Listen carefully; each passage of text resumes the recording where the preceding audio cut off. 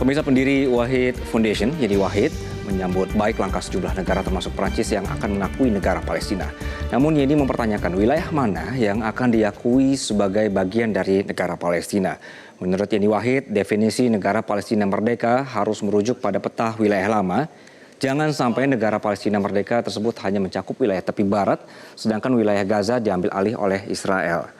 Ini menegaskan pengakuan negara Palestina merdeka harus berbasis peta awal ketika negara ini ada. Menurut Putri Gus Dur ini, selama ini Israel terus melakukan pelebaran wilayah. Bahkan wilayah Gaza yang 70% sudah hancur akan diambil alih oleh Israel. Sebelumnya Presiden Prancis Emmanuel Macron menyebutkan negaranya akan mengakui negara Palestina di sidang umum PBB September mendatang. Ini sejalan dengan komitmen bersejarah untuk perdamaian yang adil dan abadi di Timur Tengah.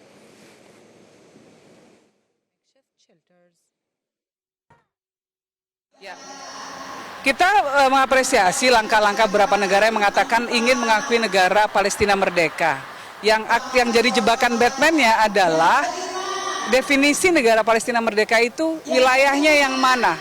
Jangan sampai wilayah Gaza kemudian diambil oleh Israel dan negara Palestina merdeka itu hanyalah tepi barat, ya. Tetapi harus kembali kepada peta wilayah lama. Ini kan banyak orang tidak tahu detail. Dia taunya mengakui negara Palestina merdeka. Yang paling penting adalah negara Palestina merdeka berbasis peta awal ketika negara itu ada. Ya, jadi bukan negara dengan wilayah yang sudah dicaplok ke Israel. Karena Israel itu terus melakukan pelebaran wilayah pada saat ini. Mau di tepi barat maupun Gaza. Gaza 70% sudah hancur dan akan diambil alih oleh Israel. Jadi itu yang kita harapkan. Oke pemirsa, kali ini kita akan fokus ke Prancis. Prancis akan secara resmi mengakui negara Palestina pada sidang umum Perserikatan Bangsa-Bangsa bulan September mendatang. Keputusan ini diumumkan langsung oleh Presiden Emmanuel Macron melalui surat diplomatik yang disampaikan kepada Presiden Palestina Mahmud Abbas.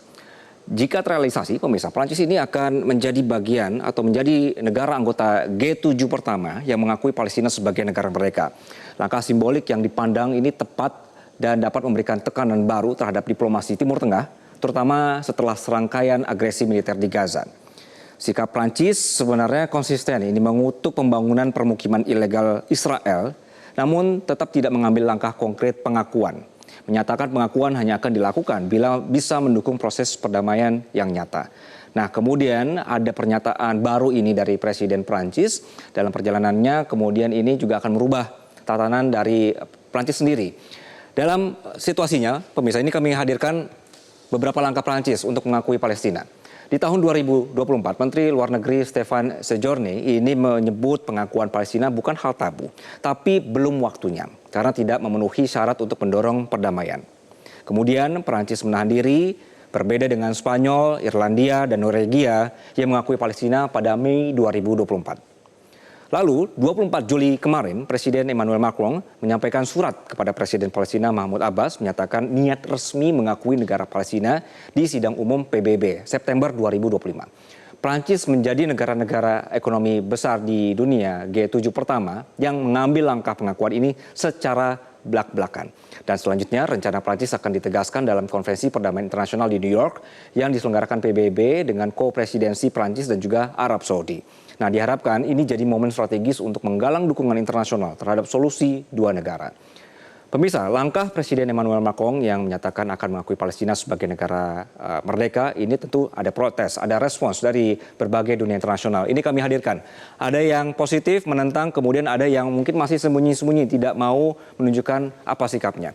Sejumlah negara Timur Tengah menyambut baik keputusan Prancis. Misalnya Arab Saudi, Qatar menyebutnya sebagai langkah bersejarah yang bisa membuka jalan menuju perdamaian di Timur Tengah.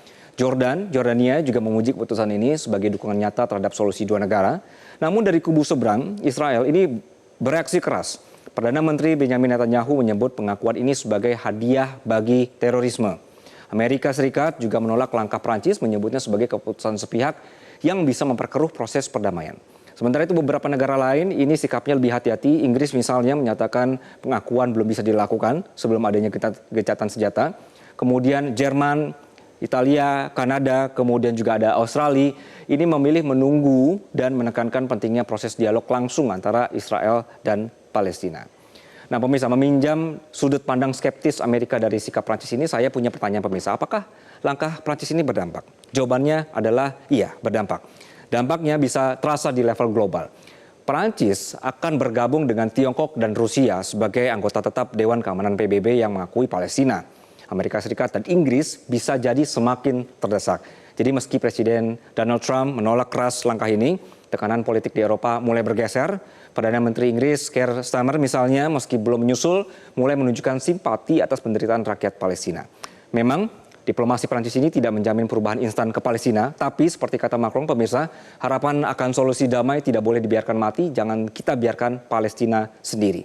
Jelajahi cara baru mendapatkan informasi. Download Metro TV Extend sekarang.